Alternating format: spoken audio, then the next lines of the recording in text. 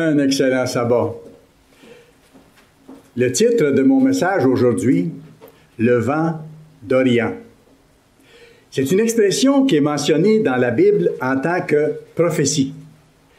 Elle annonce un événement majeur qui va bientôt se produire au temps de la fin où nous sommes. C'est l'entrée en action, en fait, d'une superpuissance orientale, formée par les pays du nord et de l'est de l'Europe, et principalement de la Chine, de la Russie, des pays de cette région-là, et probablement de l'Iran, de la façon dont on voit la formation géopolitique se développer de nos jours. Et cette prophétie biblique-là est annoncée depuis plus de 2000 années. On en parle parfois comme étant le roi de l'Est ou le roi de l'Orient. C'est le troisième empire du temps de la fin, décrit par Daniel. Il y a trois grands empires qui vont s'affronter d'ici quelques brèves années sur la scène mondiale, qui vont entraîner des désastres extraordinaires. L'empire romain, c'est-à-dire la formation de l'Europe qui va se compléter bientôt, et ensuite fédération des pays arabes au sud qui vont s'en prendre à l'Europe après, et ensuite fédération des pays du nord-est de l'Europe, c'est-à-dire l'Orient. Allez à Daniel chapitre 11, où il est question de ça. Daniel chapitre 11. Et cet empire-là, ce troisième roi, le roi d'Orient, qu'on peut appeler aussi le vent d'Orient, il en est question au verset 44. Daniel 11, verset 44. Des nouvelles de l'Orient et du septentrion viendront l'effrayer, en parlant de la bête qui sera à ce moment-là rendue au Moyen-Orient, qui aura pris possession de la région. Alors, à ce moment-là, les rois d'Orient, la Chine, la Russie et leurs associés vont entrer en action et la bête sera effrayée. Des nouvelles de l'Orient et du septentrion viendront l'effrayer et il partira avec une grande fureur pour détruire et exterminer des multitudes. Voyons le contexte. Commençons au verset 40. Au temps de la fin, voyez-vous à quel moment ça se situe? Le roi du Midi, c'est-à-dire la fédération des pays arabes islamiques, se heurtera contre lui, contre le roi du Nord, contre l'Europe unie. Et le roi du Septentrion, l'Europe unie, fondra sur lui comme une tempête avec des chars et des cavaliers et avec de nombreux navires. Il s'avancera dans les terres, se répandra comme un torrent et débordera. Il entrera dans le plus beau des pays. Pour Dieu, c'est Israël. Et plusieurs succomberont, mais Édom et Moab et les principaux enfants d'Ammon seront délivrés de sa main. Il étendra sa main sur divers pays, et le pays d'Égypte n'échappera point. Il se rendra maître des trésors d'or et d'argent et de toutes les choses précieuses de l'Égypte. Les Libyens et les Éthiopiens seront à sa suite.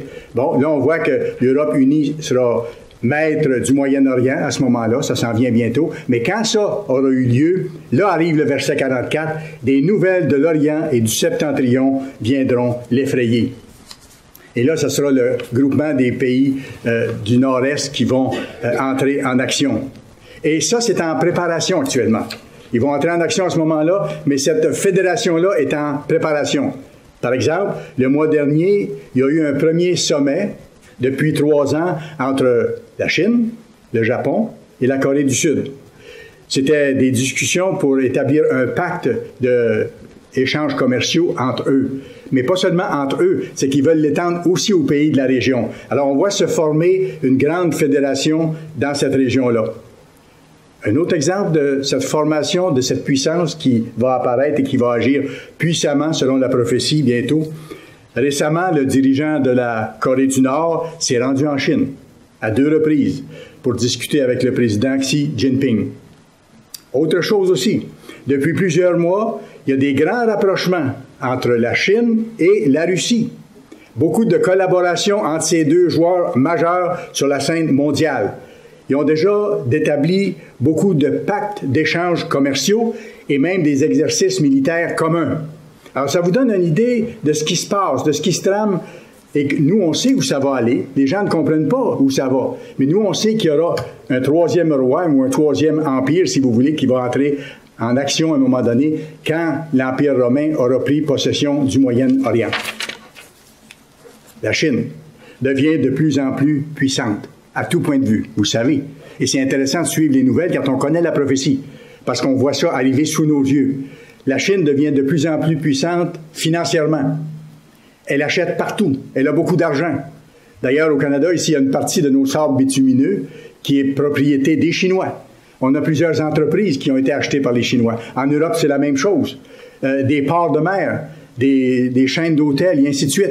Cette semaine, en Chine, ils ont inauguré la première centrale de production d'électricité bâtie complètement en Chine, avec une technologie française de l'EDF, mais l'EDF leur a transmis ses données, ses connaissances, et eux sont capables d'opérer là-dedans, et ils vont pouvoir continuer ensuite pour le reste. Alors, au point de vue financier, la Chine est très, très puissante. Ils ont des investissements massifs partout. Ils ont aussi une implantation majeure du côté de l'Afrique. Si vous voulez voir à quel point c'est important, vous irez sur le site Internet Chine-Afrique. Chine-Afrique, d'un mot. Et vous regarderez ce que la Chine est en train de faire du côté de l'Afrique. De posséder des terres à l'infini, pour ainsi dire, de faire travailler les gens là-bas, de développer la production, et c'est extraordinaire.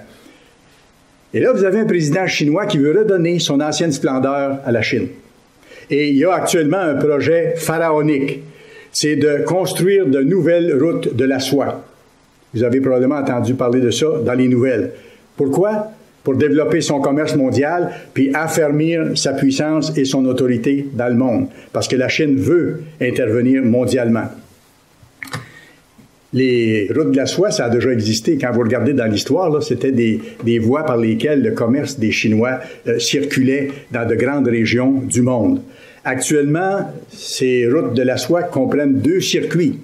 Il y a d'abord une ceinture terrestre qu'on appelle, qui relie la Chine à l'Europe occidentale, par l'Asie et par la Russie. Et la deuxième route, ou la deuxième ceinture, c'est une ceinture maritime, c'est pas une ceinture terrestre. Et elle permet à la Chine de rejoindre l'Afrique et l'Europe par la mer de Chine et l'océan Indien. Ça vous donne une idée un peu de la perspective de la Chine et de ce qu'elle est en train d'accomplir. Ce projet-là prévoit la construction de routes, de ports, de chemins de fer, de parcs industriels dans 65 pays. Dans 65 pays. Quand je vous dis que c'est un projet pharaonique, là, dans 65 pays. Et le montant prévu pour ces infrastructures, c'est 1000 milliards de dollars. La Chine est riche, 1000 milliards de dollars. Maintenant, dans mon sermon, je veux qu'on avance un petit peu, puis qu'on voit comment la prophétie de Dieu est précise par rapport à ce pays-là, par rapport au roi de l'Orient aussi qui va entrer en scène à un moment donné. On va voir dans le sermon pourquoi et comment la Chine devient une superpuissance mondiale, telle que ça a été annoncé par Dieu dans sa parole à plusieurs endroits. Et on va voir aussi les raisons historiques et les raisons culturelles de ça. Il y a des raisons historiques et il y a des raisons culturelles. Actuellement, la Chine, vous le savez, c'est le pays le plus peuplé de la Terre. Il y a 1,4 milliard de Chinois sur le territoire. Et c'est le pays qui actuellement a la plus grande armée du monde. Sous les drapeaux, elle a, en fonction, au moment où je vous parle, 2 millions d'hommes. 2 millions d'hommes dans l'armée chinoise. Mais ça, c'est peu. Regardez ce qui est... Vous pourrez voir les chiffres qui sont officiels sur Internet dans les rapports qui existent. Ils ont par contre 318 millions d'hommes aptes à servir dans le service militaire. Autrement dit, ils ont 2 millions de soldats actifs, mais il y a 318 millions d'hommes qui seraient disponibles pour le service militaire. Et pour vous donner une idée de l'ampleur de la Chine et de sa puissance militaire, chaque année, il y a 10 millions de jeunes hommes qui deviennent d'âge militaire. Ça dépasse l'entendement, là. C'est grand et c'est gros.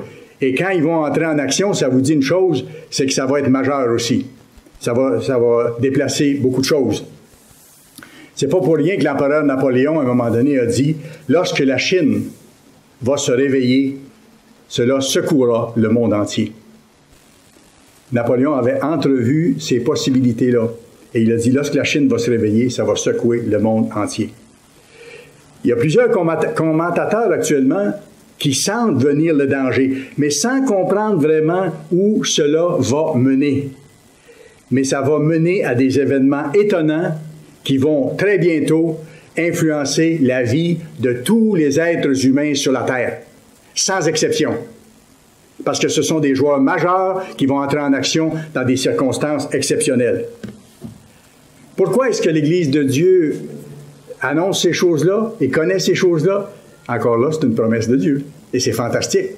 Dieu dit dans Amos 3, verset 7, vous pourrez aller voir, « L'Éternel ne fait rien sans avoir révélé son secret à ses serviteurs, les prophètes. » Ceux qui ont la responsabilité d'annoncer ce qui vient. Et c'est la responsabilité de la petite Église de Dieu d'annoncer ça. Et quand on regarde ce qui a été annoncé dans le passé par l'Église de Dieu, sous M. Armstrong, entre autres, on voit que les choses qui ont été annoncées se sont réalisées. Même si, au moment où elles ont été annoncées, ça ne semblait pas du tout être le cas. Quand M. Armstrong a annoncé, tout de suite après la Deuxième Guerre mondiale, alors que l'Allemagne était à genoux, en ruine, M. Armstrong avait annoncé que l'Allemagne se relèverait et qu'elle deviendrait la principale puissance de l'Europe et qu'elle dirigerait la dernière résurrection de l'Empire romain. Au moment où M. Armstrong a déclaré ça, les gens n'y croyaient pas. Mais ça s'est réalisé. Et c'est en train de se réaliser. L'Allemagne s'est relevée, elle est en charge de l'Europe, et elle est en train de préparer le travail qui va se faire par la bête. M. Armstrong avait annoncé que les pays de l'Est, qui faisaient partie de l'Union soviétique, allaient en sortir parce qu'ils devaient, selon ce qui est écrit dans la Bible, faire partie justement de la bête, de l'Europe unie. Alors, il savait par la Bible, parce que Dieu révèle à ses serviteurs, ceux qui ont la responsabilité d'annoncer les choses qui viennent. Ça a été la même chose pour la chute du mur de Berlin. M. Armstrong l'avait annoncé, l'Église l'a annoncé pendant des années, et ça s'est produit tel que ça avait été mentionné.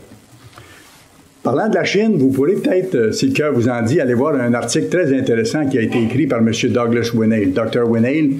Vous trouverez ça dans Le Monde de demain d'octobre-décembre 2000. Ça remonte à loin, mais c'est un article superbe. Je m'en suis inspiré un peu à l'intérieur du sermon d'aujourd'hui. Ça s'appelle « Le retour du dragon ». Le retour du dragon. Et je vous cite ici un petit passage. « Pendant la majeure partie de sa longue histoire, la Chine était un État puissant. Les Chinois constituent la plus ancienne civilisation ininterrompue dans le monde et aussi le plus ancien État centralisé. Tandis que les empires d'Égypte, d'Assyrie, de Babylone, de Grèce et de Rome se levaient puis s'effondraient, l'empire chinois continuait à grandir en taille et en splendeur. La Chine a toujours été là, a passé à travers ses difficultés. Et les Chinois appelaient leur pays le royaume du milieu, car ils croyaient que c'était le centre et le milieu de la terre, comme c'est écrit dans le livre « The Eagle and the Dragon » de Lawson. C'est leur perception. Le trône du dragon de l'empereur gouvernait toutes choses, comme c'est marqué dans ce livre. Toutes choses sous les cieux. Le gouvernement central était hiérarchique et autoritaire. Même chose qu'aujourd'hui. Ils n'ont pas changé de ce côté-là. Historiquement, les Chinois regardaient les étrangers comme des barbares, comme des gens inférieurs à eux. Okay? Alors ça vous donne un petit peu une idée de la nature de ces gens-là. Ils ne sont pas pires que les autres, pas mieux que les autres, ce sont des êtres humains, mais je vous décris maintenant quelle est leur culture, quelle est leur façon de voir les choses. Ils ont été très inventifs et très créatifs. C'est eux qui ont inventé le papier, c'est eux qui ont inventé les caractères amovibles d'imprimerie, la poudre à canon, la boussole, plein d'autres choses. Je pourrais vous donner encore une grande liste. Ce sont des gens très, très, très créatifs. Et je vous cite ici, au début du 15e siècle, l'empereur Ming avait envoyé une flotte de bateaux luxueux, les plus grands bateaux de bois jamais construits. Il a envoyé ces bateaux-là vers l'Inde, vers l'Afrique et vers l'Indonésie. Pourquoi? Pour établir du commerce, mais en même temps pour montrer sa supériorité et montrer la grandeur de la Chine. Nous, on a grandi à une époque où on voyait moins la grandeur de la Chine. On voyait la Chine comme un pays de seconde zone. Mais avant, ça a été un pays glorieux qui a occupé beaucoup d'espace sur le territoire du monde. Le glorieux passé de la Chine est considéré par la majorité des Chinois comme une source d'orgueil. Eux, c'est leur histoire, ils y tiennent. Et là, ce qui se passe, c'est qu'ils veulent retrouver la gloire ancienne. Et c'est pour ça que vous voyez le président avec autant de fermeté et avec des projets aussi importants que ceux qu'il met de l'avant. Alors, ils ont été glorieux, ben oui. Ils ont eu des périodes dans l'histoire où ils ont été majestueux, ils ont été riches, mais il y a plusieurs puissances étrangères qui les ont exploités, qui les ont maîtrisés, qui les ont affaiblis, comme le Portugal, l'Amérique, l'Allemagne. Et ça a créé un profond sentiment d'humiliation culturelle. Profond sentiment d'humiliation culturelle. Alors, on comprend pourquoi ils veulent revenir en force et dans quelle perspective ils reviennent en force. C'est écrit dans The Coming Conflict with China, écrit par Bernstein et Monroe. Concernant les États-Unis, il y a un général chinois qui a déclaré « Pendant une période relativement longue, il sera nécessaire que nous cultivions notre sens de vengeance. » Ça, c'est un général chinois qui a déclaré ces choses-là. Là. Il faut qu'on cultive notre sentiment de vengeance. Ils veulent reprendre. Nous devons cacher nos capacités et attendre notre tour. C'est important qu'on sache ces choses-là. Ça fait partie de la prophétie et ça explique pourquoi la Chine va revenir en force. Et quand elle va revenir en force, ce ne sera pas pour reculer. Là. Et ça va être au maximum. Et ils se préparent. Et ils se préparent de façon guerrière et de façon étonnante. Je vous en parlerai tantôt. L'Amérique et les autres nations occidentales, ce qui est arrivé, c'est qu'ils ont même aidé la Chine au point de vue économique puis au point de vue militaire pendant des années. Quand on regarde l'histoire, c'est qu'ils ont été aidés par l'Amérique et par beaucoup d'autres pays parce qu'ils étaient en bas. Et ils ont été aidés de façon magistrale de même. Mais l'Amérique puis les pays qui les ont aidés, c'est pas pour leurs beaux yeux, là. C'est parce qu'ils voulaient faire contrepoids à la Russie. Comprenez-vous? Parce que la Russie était en train d'étendre son hégémonie et ils voulaient faire un contrepoids à l'influence de la Russie. Donc, ils aidaient la Chine militairement, économiquement, comme vous voulez, de toutes sortes de façons. Et ce qui est arrivé, 1989-1990, chute du mur de Berlin, la chute de l'URSS, division de la Russie. Et en une nuit, la Chine a pris la prédominance parce que la Russie s'était effondrée. Voyez-vous comment l'histoire se déroule par rapport à la prophétie? Ça ne se fait pas en une journée.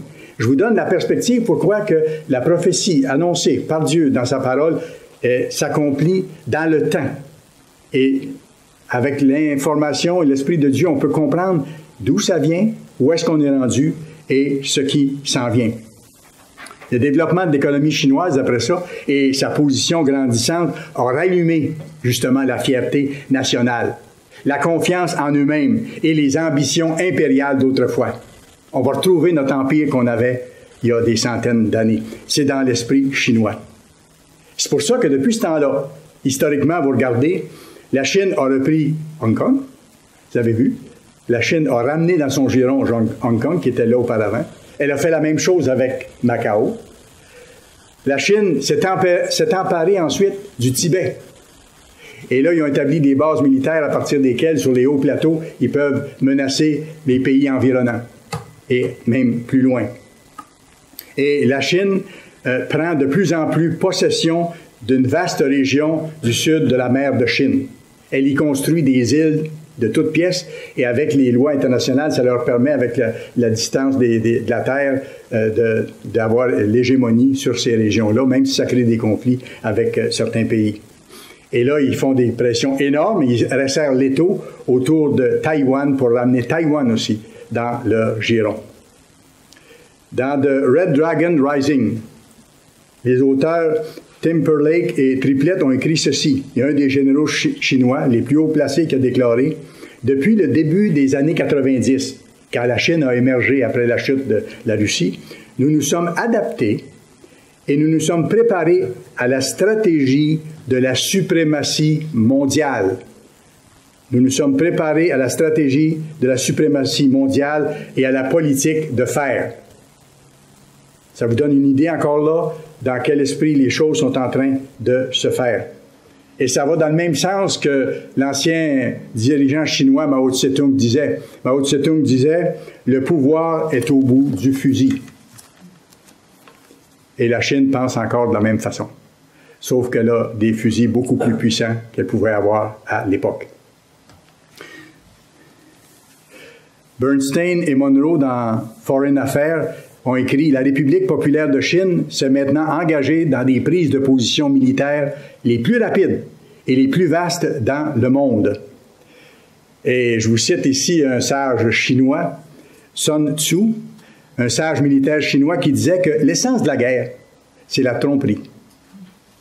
L'essence de la guerre, c'est la tromperie et que l'armée doit être établie en secret. Et ce qu'on voit de la Chine, ce n'est que le dessus de l'iceberg, si vous voulez, en termes de puissance militaire, en termes de puissance technologique et tout ça. Et quand ce sera mûr, quand ça sera prêt et quand il y aura à s'en servir, le monde va être étonné. Établissant en secret une vaste machine de guerre basée sur les armes et les tactiques les plus modernes. Et dans ce sens-là, je vous cite une note que j'ai tirée d'un site Internet qui s'appelle Zone militaire Asie-Pacifique Stratégie, le 16 février 2018, où on parle que la Chine multiplie son expansion économique et qu'elle veut avoir une longueur d'avance aussi sur le plan technologique. Mais je vous cite l'article que j'ai lu. C'est ainsi que la Chine a testé son premier missile, non plus supersonique, c'est pas assez. Un missile supersonique, c'est pas assez. Mais hypersonique, un missile hypersonique, capable d'aller à plus de 5000 km/h. 5000 km/h. Ça veut dire qu'il peut traverser le Canada dans 1 heure. Ça vous donne une idée de la puissance, de ce qu'on connaît. Et ça, c'est juste ce qu'on peut voir.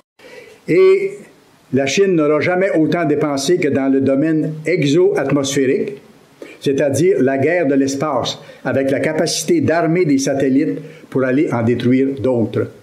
La guerre des étoiles. Certains le présentaient comme un scénario hypothétique, mais quand ça va commencer, eux vont être prêts et les dommages qu'ils vont faire vont être énormes. Alors, le président Xi Jinping, pour lui, c'est puissance économique, puissance militaire, puissance nucléaire, puissance spatiale. Et ils seront en tête de bien des pays. Et je vous cite maintenant ce qui a été écrit sur Europe 1, journal du dimanche 18 octobre 2017. L'amiral Prazouk, chef d'état-major de la marine française, déclarait ceci, il y a 3 mois, devant la commission de la défense. Regardez bien, c'est un militaire français, chef d'état-major, qui dit « La Chine, en 4 ans, a construit l'équivalent de la marine française en bateaux et en sous-marins. Dans l'espace de seulement 4 ans, la Chine a construit le même nombre de bateaux et de sous-marins que tout l'arsenal de la France. Et ils n'ont pas arrêté de construire. Là. Ça vous donne une idée de l'ampleur de la puissance chinoise actuellement. Et en juillet, cet homme-là disait qu'il y avait plus de bâtiments chinois en mer Méditerranée que de bâtiments français. La Chine est puissante et va continuer de développer sa puissance. Et l'aspect le plus sérieux de la prise de position militaire de la Chine, ça veut dire de disposer d'armements high-tech le plus possible et d'équipements informatiques pour la guerre de l'information. Et ça, c'est commencé un peu. Mais on voit simplement des petits soubresauts. On n'a pas rien vu encore. Cela inclut l'usage de missiles de précision de longue portée et aussi le brouillage ou le piratage des ordinateurs ennemis. Vous avez vu que les ordinateurs, parfois, sont piratés. On se demande d'où ça vient. Parfois, ils se doutent que ça vient de la Russie. Parfois, ils se doutent que ça vient de la Chine. Mais il y a des attaques et ça crée des problèmes à un niveau pas majeur encore, mais ça veut dire qu'ils peuvent entrer dans nos systèmes et peuvent créer des problèmes. Pour désorganiser les communications et le trafic aérien, ils pourraient paralyser le trafic aérien facilement. Pour provoquer des coupures sur les réseaux électriques.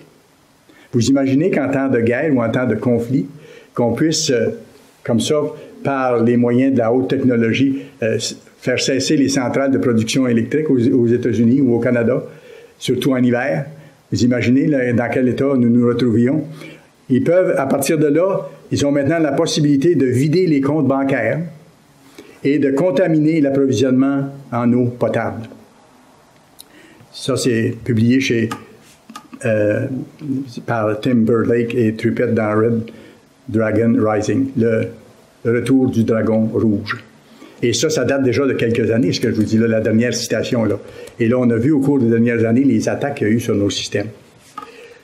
Les stratèges chinois ne se contentent pas de reproduire l'équipement américain. Ils veulent aller beaucoup plus loin. Et ça a été publié dans The American Spectator.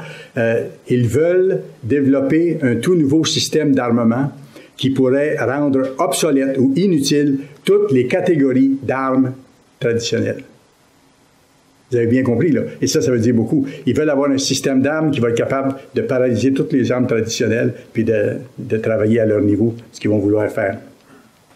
Au cours des 2 derniers siècles, vous savez, les nations occidentales ont gouverné la planète. Éphraïm, l'Angleterre, et Manassé, les États-Unis. L'Angleterre à partir des années 1800, et après ça, c'est les États-Unis qui ont pris la relève, si vous voulez. Alors, ils ont contrôlé la planète. Maintenant, l'Occident et l'Amérique viennent d'entrer dans une période critique, très critique. Tout est en train de changer. Si vous allez voir dans le livre de Samuel Huntington de l'Université de Harvard, The Clash of Civilization, lui et d'autres historiens affirment que la révolte contre l'Occident, elle est commencée. Et on le voit aussi dans les nouvelles.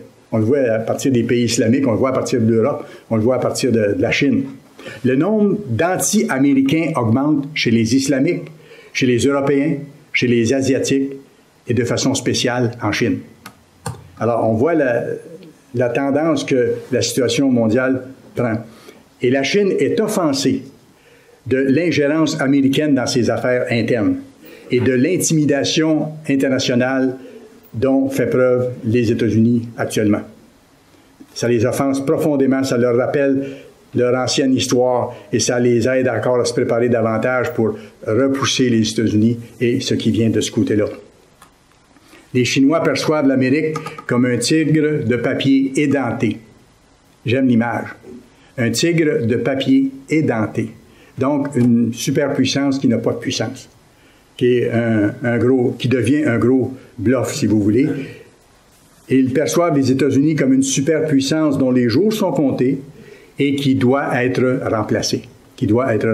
Et quand on regarde les nouvelles avec les décisions américaines de ce temps-là qui se mettent à dos, où les Américains se mettent à dos une partie de la population mondiale, on voit que ça va exactement dans ce sens-là et de plus en plus de gens, de plus en plus de pays se disent que l'Amérique doit être mise de côté, doit cesser son influence et son ingérence sur la scène mondiale. Et il y a des auteurs qui disent que l'Amérique et la Chine se dirigent vers un désastre. Et ça prendrait simplement une goutte d'eau qui fait renverser le vase pour que ça déclenche des choses majeures. Par exemple, une pression trop grande sur Taïwan, encore une expansion en mer de Chine ou autre chose, ou le rappel de la dette américaine, parce que les Américains doivent à la Chine des montants phénoménaux, et si la Chine décidait de serrer le boyau d'alimentation, les États-Unis seraient vraiment mal pris.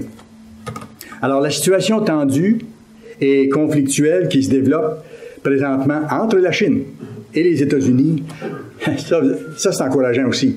Ça correspond exactement à la prophétie que Dieu avait prédit quand il a dit qu'il briserait la force d'Israël, particulièrement des descendants anglophones d'Éphraïm et de Manassé. Allez à Lévitique chapitre 26, s'il vous plaît. Lévitique chapitre 26.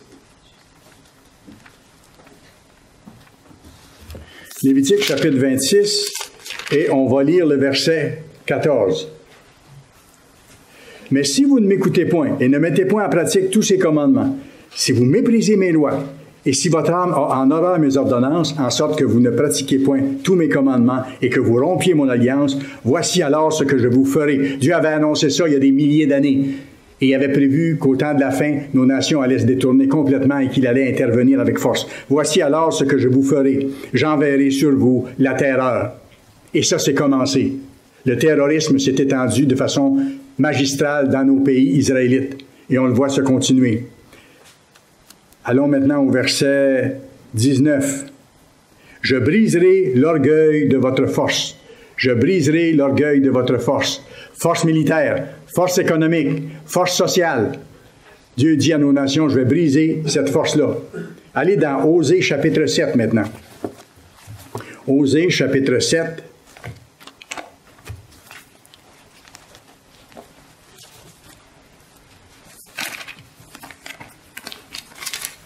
Le prophète Osée parle clairement de ce qui est en train d'arriver à nos nations israélites actuellement, et notamment aux États-Unis et à l'Angleterre, et de ce qui va arriver bientôt à nos nations israélites en ces temps de la fin. Osée chapitre 7, et regardez le verset 8. « Éphraïm se mêle avec les peuples. » Éphraïm ici est nommé en tant que tribu tête d'Israël. Ça veut dire aussi toute la nation d'Israël, autrement dit, là. Alors, Éphraïm se mêle avec les peuples. Éphraïm est un gâteau qui n'a pas été retourné. Regardez le verset 9. « Des étrangers consument sa force et ils ne s'en doutent pas. » Les étrangers achètent ses industries, lui prêtent de l'argent, interviennent sur son sol de toutes sortes de façons. Et il ne s'en doute pas. La vieillesse s'empare de lui. Il ne s'en doute pas. L'orgueil d'Israël témoigne contre lui. Ils ne reviennent pas à l'Éternel leur Dieu. Et ils ne le cherchent pas malgré cela. Éphraïm est comme une colombe stupide, sans intelligence. Et nos pays ne comprennent pas ce qui leur arrive actuellement. Ils pensent qu'en mettant le poing sur la table, ils vont encore obliger les autres à reculer et à se soumettre à leur dictat. Alors que Dieu n'est plus avec eux et que Dieu permet que ces choses-là arrivent pour que la prophétie annoncée il y a des milliers d'années se réalise, parce que nous sommes rendus là. Mais Dieu le révèle à ceux qui l'appellent. Éphraïm est comme une colombe stupide, sans intelligence. Ils implorent l'Égypte. Ils vont en Assyrie. S'ils partent, j'étendrai sur eux mon filet.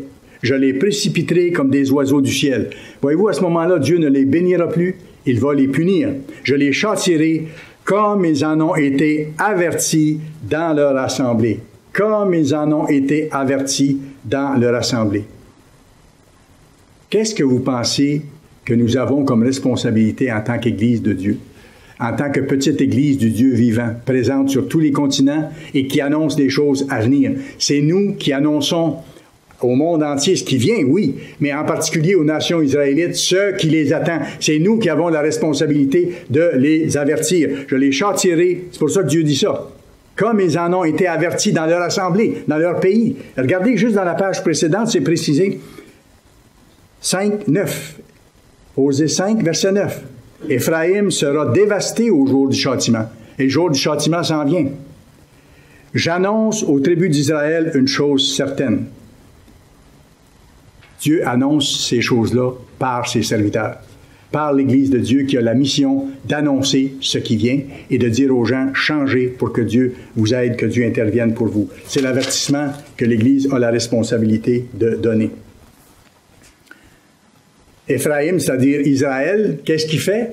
Comme on vient de voir dans les textes, il va vers la Syrie, il va vers les pays étrangers, il essaie de faire des alliances, et tantôt, il essaie d'être bon envers les gens, mais tantôt, il essaie de les écraser pour tirer profit de ces gens-là. Il se fait détester à un point majeur actuellement.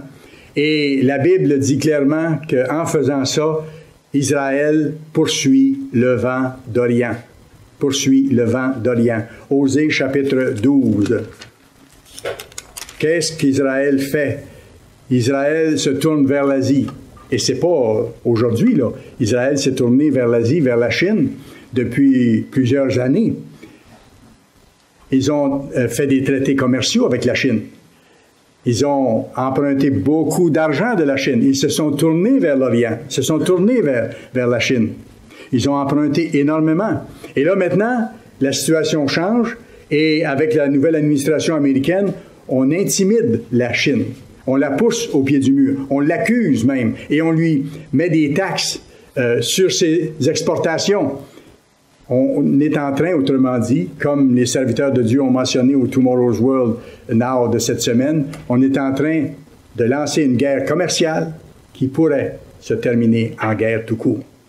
Parce que ces choses-là ont beaucoup d'implications pour l'ensemble des pays. Regardez ce qui est marqué dans la Bible, qui a été écrit il y a longtemps, là, concernant ce que je vous dis et la situation actuelle. Osée 12, et lisons le verset 1 et 2. Éphraïm, ou Israël, m'entoure de mensonges, et la maison d'Israël, donc toute la maison d'Israël, et en particulier Éphraïm et Manassé, les nations de langue anglaise, et la maison d'Israël de tromperie. Juda est encore sans frein vis-à-vis de Dieu, vis-à-vis du saint fidèle. Et regardez, verset 2. Éphraïm se repaît de vent et poursuit le vent d'Orient. Il poursuit le vent d'Orient. C'est ce qu'il a fait avec ses engagements commerciaux envers la Chine. Et c'est ce qu'il fait maintenant. Il la poursuivait pour avoir des avantages. Maintenant, Éphraïm poursuit la Chine pour l'écraser et essayer d'avoir davantage d'elle encore. Osée avertit nos nations israélites que les peuples s'assembleront contre nous. Osée 10, juste un peu avant. Osée 10, verset 10. Osée 10, verset 10. « Je les châtierai à mon gré, et les peuples s'assembleront contre eux, en parlant d'Israël, quand on les enchaînera pour leur double iniquité. » C'est très clair comment Dieu voit les choses, comment Dieu annonce les choses. Alors, Osée avertit nos nations israélites qu'il y a des peuples qui vont s'assembler contre eux et qui vont les attaquer. Et que le vent d'Orient va venir, mais en agitant une grande épée, des armes jamais vues, des armes puissantes, des armes plus puissantes que les armes de l'Amérique. Osée, chapitre 13. Osée, chapitre 13. On va lire versets 15 et 16. Éphraïm, ou Israël si vous voulez, a beau être fertile au milieu de ses frères. Le vent d'Orient viendra. Le vent d'Orient viendra. Le vent de l'Éternel s'élèvera du désert. C'est-à-dire que Dieu va permettre que ces nations-là s'en prennent à nous directement et nous affaiblissent. Desséchera ses sources, tarira ses fontaines. On pillera le trésor de tous les objets précieux. Samarie sera punie. Ça, c'était la capitale nordique de l'ancien royaume d'Israël. Parce qu'elle s'est révoltée contre son Dieu et qu'ils n'ont pas changé, malgré tous les avertissements que Dieu leur a donnés et qu'il leur donne encore. Ils tomberont par l'épée, cette grande épée puissante qui va venir de l'Orient, le vent d'Orient. Leurs petits-enfants seront écrasés et l'on fendra le ventre des femmes enceintes, comme on fait lors des guerres épouvantables. Le vent d'Orient viendra avec une grande épée. Et c'est pas tout, parce que la Chine, actuellement, elle arme des nations contre l'Occident. Tout ça, ça se prépare. Vous savez, avant la Deuxième Guerre mondiale, il y a des gens qui avertissaient de ce qui s'en venait. Mais la plupart ne croyaient pas que ça allait arriver. Absolument pas. Nous, notre rôle, c'est d'avertir de ce qui s'en vient et d'avertir surtout l'Église d'être prête, de se préparer, de mettre les choses essentielles de leur vie en ordre pour être prêt aux grands événements qui viennent. La Chine, actuellement, arme des nations contre l'Occident. Même que la Chine a des missiles nucléaires pointés sur les villes américaines de l'ouest du Pacifique et sur les bases américaines de l'ouest du Pacifique. Et ça, ce que je vous dis là, ça date déjà de quelques années. Ça a été publié par Godwin. Le livre, c'est China's Nuclear Forces and Assessment. Et on nous dit que certains de ces missiles ont un nom spécial. Les missiles chinois qui sont pointés vers des bases et des villes américaines de l'ouest du Pacifique, il y a un nom spécial pour un certain nombre de ces missiles-là. Regardez bien. Il ne se passe rien pour rien. Le nom en chinois vous dira rien. C'est Dongfeng. D-O-N-G-F-E-N-G. Ça, c'est le nom d'un certain nombre de leurs missiles qui sont pointés sur les régions dont je vous parle. Mais la traduction française du nom de ces missiles-là, c'est vent d'Orient. Vent d'Orient. Dieu ne laisse rien passer et Dieu nous donne toutes les informations qu'on a besoin, même dans la signification des noms, des lieux, parfois, des gens. C'est puissant, vous savez. Et c'est pour ça que Dieu veut qu'on sache qu'est-ce qui se passe actuellement et qu'on se prépare. Osée, chapitre 10, maintenant. On est dans Osée 14. Allez à Osée, chapitre 10. On va lire le début du verset 14. « Il s'élèvera un tumulte parmi ton peuple, et toutes tes forteresses seront détruites. » Ça parle d'Israël. Quand nous serons attaqués, nous serons incapables de nous défendre. Les armes utilisées contre nous seront des armes de puissance et de nature supérieure à celles que nous avons maintenant. Et nos systèmes de défense ne tiendront pas le coup. Toutes les forteresses d'Israël seront détruites. Ça aussi, c'était prédit il y a très longtemps. On peut même remonter, regardez, allez dans Deutéronome 28. C'était prédit dans ce chapitre-là, Deutéronome 28. Et on va lire le verset 15. Dieu rappelle la même chose. Il dit, si vous n'obéissez pas à mes lois, il avait dit ça longtemps, il y a très longtemps, à la nation d'Israël, si vous n'obéissez pas à mes lois, il y aura des conséquences. Si vous obéissez, il y aura des bénédictions. C'est la même chose que dans nos vies personnelles. Surtout à l'époque où on est rendu. Le choix est encore là et on ne doit pas hésiter entre les deux. On doit faire un choix clair et prendre une direction et y tenir de tout cœur. Mais Dieu rappelle ici les promesses qu'il a faites, de bénédiction ou de malédiction, selon le comportement d'Israël, et on voit qu'on est rendu au temps de la fin où Israël rejette totalement Dieu. Mais si tu n'obéis pas à la voix de l'Éternel, ton Dieu, si tu n'observes pas et ne mets pas en pratique tous ses commandements et toutes ces lois que je te prescris aujourd'hui, voici toutes les malédictions qui viendront sur toi et qui seront ton partage.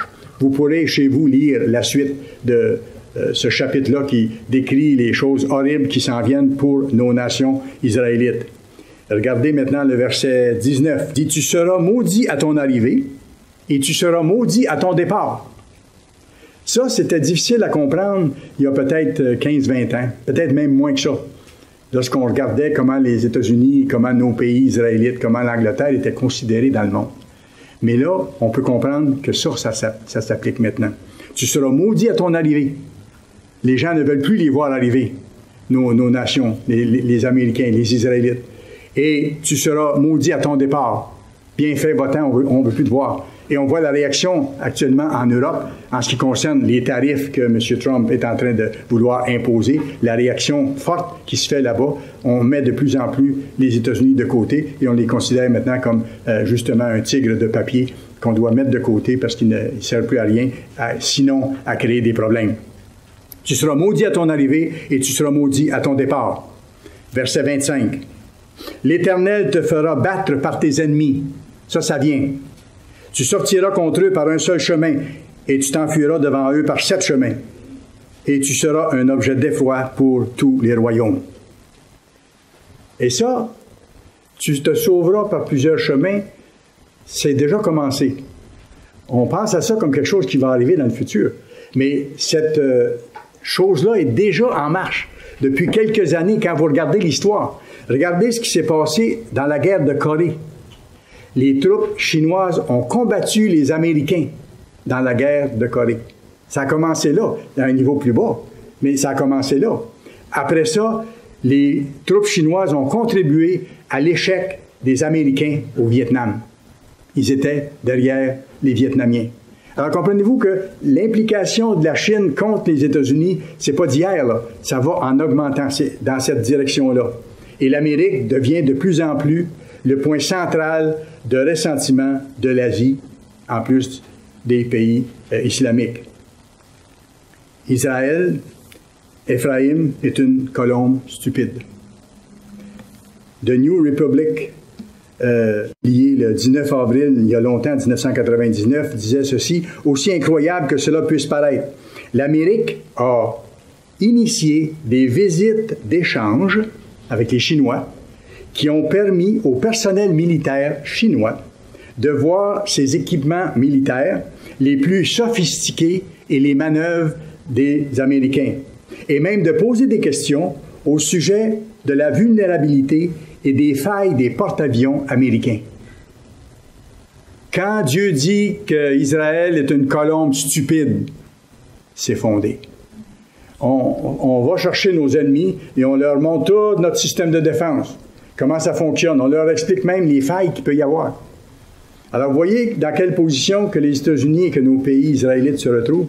Je vous donne ça aujourd'hui pour qu'on sache où on est rendu dans l'histoire, d'où ça vient et dans quelle situation on est et à quel point on a besoin d'avoir l'aide de Dieu et sa protection dans les temps qui viennent. Dieu va la donner à ses fidèles serviteurs. Il y a quelqu'un, c'est Timberlake et Triplett dans leur livre qui disent « Nous ne devrions pas aiguiser l'épée qui pourrait être utilisée par les Chinois contre nous. » Et c'est ce qu'on a fait en leur faisant cadeau de visiter nos sites militaires et nos systèmes de défense. Les prophéties montrent que l'ascension de la Chine, jouera un rôle très important dans le déclin de plus en plus accentué de l'Amérique et de l'Occident et dans sa chute. La Chine va jouer un rôle majeur. Et là, on voit ce qui se passe sur la scène mondiale, c'est que les États-Unis, à ce moment-ci, se retirent de son rôle historique sur la scène mondiale et se met à dos même ses alliés qu'elle avait avant. Parce que les gens commencent à la maudire à son arrivée et à son départ, comme on a vu tantôt et comme on voit dans les nouvelles chaque jour. Et l'Amérique et l'Occident sera même exclus, sera rejeté, sera méprisé et elle sera attaquée par les armées. Quand Dieu dit que nos peuples seront amenés en captivité, pour que des gens viennent sur nos territoires, prennent les gens et les amènent comme esclaves, comme ça a été dans la Deuxième Guerre mondiale, il faut qu'il se passe des choses. Il faut qu'il y ait des attaques. Et tout ça se prépare actuellement. Vous savez, l'Europe, pour le moment, elle est encore relativement divisée. Mais ça avance pour qu'il y ait une union forte et qu'ils s'unissent. La Bible dit qu'ils vont former un. Bien sûr, ça ne sera pas complètement parfait parce que ça sera moitié de fer, moitié d'argile, comme on sait par la prophétie. Mais ils seront unis assez pour former la plus grande superpuissance du monde à un moment donné. Ça ne durera pas longtemps. Parce que tout ce que je vous parle, là, les trois empires qui vont s'affronter au temps de la fin, tout ça a lieu à l'intérieur des 3 ans et demi de la grande détresse qui est à nos portes actuellement. Alors, ça fait partie de ça. L'Europe, pour le moment, elle est encore un peu désunie. Elle n'est pas encore aussi forte qu'elle le sera. Mais quand elle sera unie, quand elle sera forte, on sait qu'est-ce qui va se passer. Les Arabes vont attaquer et peut-être qu'elle va s'unir aussi parce que les Arabes deviennent dangereux pour elle aussi. Pourquoi est-ce que ça va se passer que l'Europe va attaquer les pays arabes, les pays islamiques? Est-ce que c'est parce que les islamiques vont couper l'approvisionnement en pétrole? Est-ce parce que les islamiques vont attaquer de d'autres façons ou vont multiplier en même temps le terrorisme en territoire européen? Quelles que soient les modalités de ça, on sait qu'il y aura un conflit majeur à ce moment-là et que l'Europe va descendre au Moyen-Orient et va établir la paix, va prendre le contrôle de la région. Et à ce moment-là, la Chine et la Russie et les autres pays de leur groupe vont réagir. Ils vont s'opposer. Ils n'attaqueront pas tout de suite. Ils vont s'opposer, ils vont s'affirmer, ils vont solidifier leur propre union pour faire contrepoids à cette immense machine de la dernière résurrection de l'Empire romain. C'est normal, ça se passe toujours comme ça. C'est une lutte de pouvoir. Alors, les Chinois, les Russes et ceux qui vont faire partie de ça, quand ils vont voir la bête descendre au Moyen-Orient et prendre le contrôle de là, ils vont s'unir aussi, ils vont se préparer parce qu'ils vont craindre également. Et ça va préparer directement leur vaste attaque militaire plus tard contre l'Europe. Parce que l'Orient va attaquer l'Europe. Et quand la bête européenne, l'Empire romain ressuscité, va attaquer les pays arabes dont je vous parle, il va s'en rendre maître. C'est à ce moment-là que le troisième roi, le vent d'Orient, le roi d'Orient, va entrer en action. D'ici ce temps-là, il est en train de se préparer. Et quand l'Europe va s'unir puis va devenir plus forte, eux vont se fortifier encore davantage pour former leur propre bloc. Mais quand l'Empire romain va se rendre au Moyen-Orient, le roi d'Orient va entrer en action. Et c'est là que va se réaliser ce qu'on a lu tantôt. Daniel 11, verset 44. Daniel 11, verset 44. La bête sera établie au Moyen-Orient et des nouvelles, comme ça dit dans Daniel 11, 44, des nouvelles de l'Orient viendra l'effrayer, la bête, le dictateur. Et il partira avec une grande fureur pour détruire et exterminer des multitudes. OK? Donc là, ça sera la contre-attaque, si vous voulez. C'est une attaque militaire de la bête contre les nations orientales. Et cette attaque-là, quand ça va se produire, ça va durer 5 mois. On voit, vous pourrez aller lire Apocalypse 9, versets 1 à 12. 1 à 12. Alors, quand la bête européenne va être formée, va être solide, et qu'elle va se diriger pour attaquer les pays arabes, donc on voit que le Moyen-Orient, pas le Moyen-Orient, mais le roi d'Orient, la Chine, la Russie et ce groupe de pays-là vont réagir. Et à un moment donné, ça va faire peur, justement, à la bête qui sera installée au Moyen-Orient. Et c'est là que des nouvelles de l'Orient viendront l'effrayer, et là, elle va partir pour détruire. Et c'est à ce moment-là que se produit ce que la Bible appelle le premier malheur, qu'on peut voir dans Apocalypse 9, versets 1 à 12. Ça va durer 5 mois. Une attaque militaire de la bête contre les nations orientales. Attaque militaire de la bête contre les nations orientales. Premier malheur. Deuxième malheur dont parle la Bible par après, c'est la contre-attaque du roi de l'Orient, la Chine, la Russie, ses alliés, peut-être l'Iran même.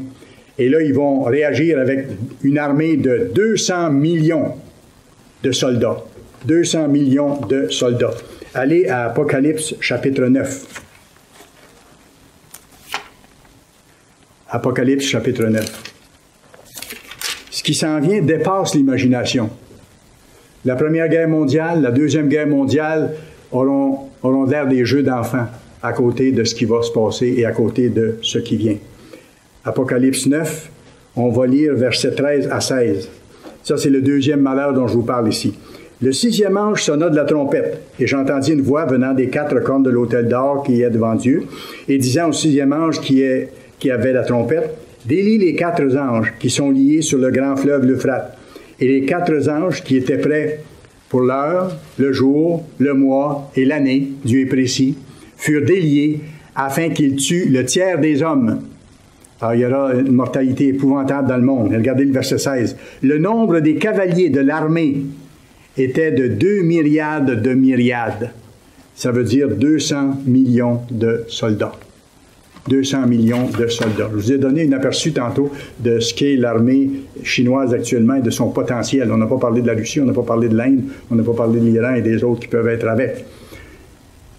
Ensuite, la Bible montre que ces 2 immenses armées vont se rassembler près de Jérusalem, à Armageddon, pour une lutte finale pour le contrôle du monde. Apocalypse 16. Apocalypse 16. Et vous allez voir, ça correspond à ce qu'on vient de voir là.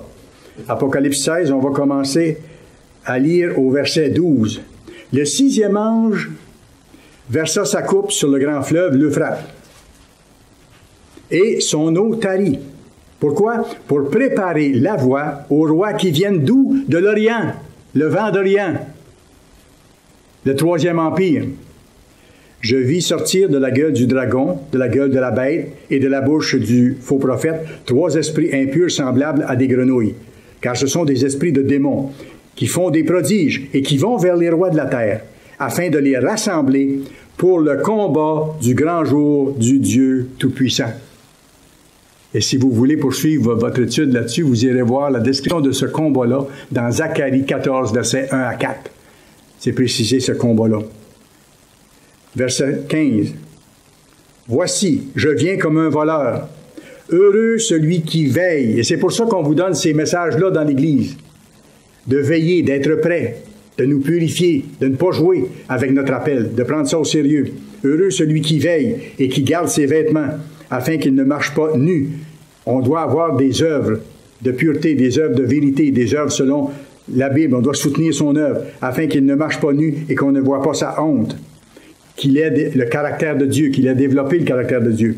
Et regardez le verset 16. « Ils se rassemblèrent dans un lieu appelé en hébreu Armageddon, qui est tout proche de Jérusalem. » La grande bataille finale n'aura pas lieu là, mais c'est là qu'ils vont se rassembler. Et c'est à ce moment-là qu'aura lieu le retour du Christ sur la terre. Et le Christ intervient justement pour empêcher que l'humanité se détruise totalement, parce qu'on a assez d'armes maintenant pour être capable de faire sauter la planète à plusieurs reprises. Donc, on sera rendu au maximum de danger sur la terre à ce moment-là. Il y aura un tiers des hommes qui seront morts à ce moment-là aussi.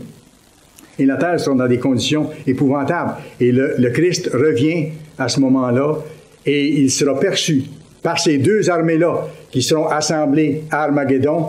Le Christ sera perçu comme un envahisseur qui vient contre eux et les 2 armées qui allaient s'affronter vont se mettre ensemble, comme on fait en politique, vont se mettre ensemble pour attaquer l'autre qui devient notre ennemi.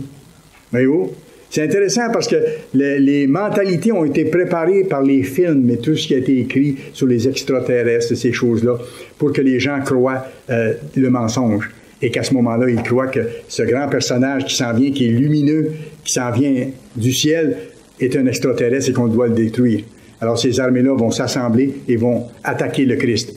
Mais ce sera la dernière attaque qu'ils vont faire à ce moment-là.